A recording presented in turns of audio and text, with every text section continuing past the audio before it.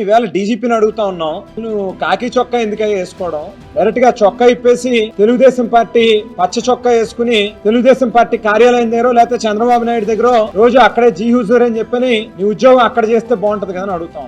10 మంది విద్యార్థులను ఒక క్లాస్ రూమ్ లో టీచర్ ఒక స్టూడెంట్ నుంచోబెట్టి ప్రశ్నిస్తే అది అతనికి ఎంత అవమానంగా ఉంటుంది. ఇదే ఒక ఐపీఎస్ అధికారికి జరిగితే, వైసీపీ ప్రభుత్వ హయాంలో డీజీపీగా పనిచేసిన గౌతమ్ సవాంగ్ ఒక ఐపీఎస్ అధికారి, ఆయన్ని న్యాయస్థానం కోర్ట్ హాల్లో నుంచోబెట్టి సర్వీస్ రూల్స్ సెక్షన్లు చదివించింది. కారణం ఏంటంటే ఆయన రూల్ బుక్ ఫాలో అవ్వలేదు. జగన్ ముఖ్యమంత్రిగా ఉండగా డీజీపీగా పనిచేసిన కసిరెడ్డి రాజేంద్రనాథ్ రెడ్డిని హైకోర్టు అనేక మార్లు మొట్టికాయలేసింది. కారణం ఆయన రూల్ బుక్ ఫాలో అవ్వనందుకు, చట్టాల్ని పాటించినందుకు. మరి ఈ 2 ఏళ్లలో ప్రస్తుతం డీజీపీగా ఉన్న హరీష్ కుమార్ గుప్తా గారిని న్యాయస్థానం ఏ రోజు కోర్ట్ హాల్లో నుంచోబెట్టి సెక్షన్లు చదవండి అని పాఠాలు చెప్పలేదే. ఏ విషయంలోనూ మీరు రూల్స్ ఫాలో అవ్వలేదు అని చెప్పి మొట్టికాయలేదే. అయినా జక్కంపూడి రాజా గారు 5 ఏళ్ల మీ పాలనలో మీరు చేసిందేంటి? ప్రతిపక్ష నేతగా ఉన్న చంద్రబాబు గారిని ఎలా వేధించారు? ఆయన అనపర్తి పర్యటనకి ముందు పర్మిషన్ ఇచ్చి అరగంట ముందు క్యాన్సిల్ చేశారు. ఎన్ఎస్జీ ప్రొటెక్టివ్ గా ఉన్న చంద్రబాబు గారు ఆ రోజు కిలోమీటర్ల మేర నడుచుకుంటూ వెళ్లారు. 3 సార్లు సీఎం గా చేసిన వ్యక్తి తన సొంత నియోజకవర్గం కుప్పంలో తిరగనివ్వకుండా బ్రిటిష్ కాలం నాటి జీవో నంబర్ 1 తెచ్చి అడ్డుకున్న విషయాలు మర్చిపోయారండి. అయినా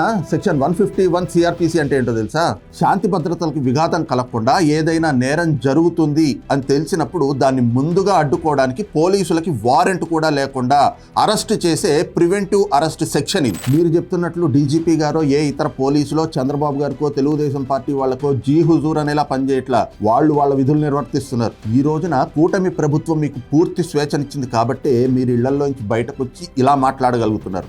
అలా కాకుండా మీరు ప్రవర్తించినట్లుగా కూటమి ప్రభుత్వం కూడా ప్రవర్తిస్తే నువ్వు ఇలా బయటకు వచ్చి మాట్లాడేవాడివి కాదు. జగన్మోహన్ రెడ్డి తాడేపల్లి ప్యాలెస్ దాటి అడుగు కూడా బయట పెట్టగలిగేవాడు కాదు.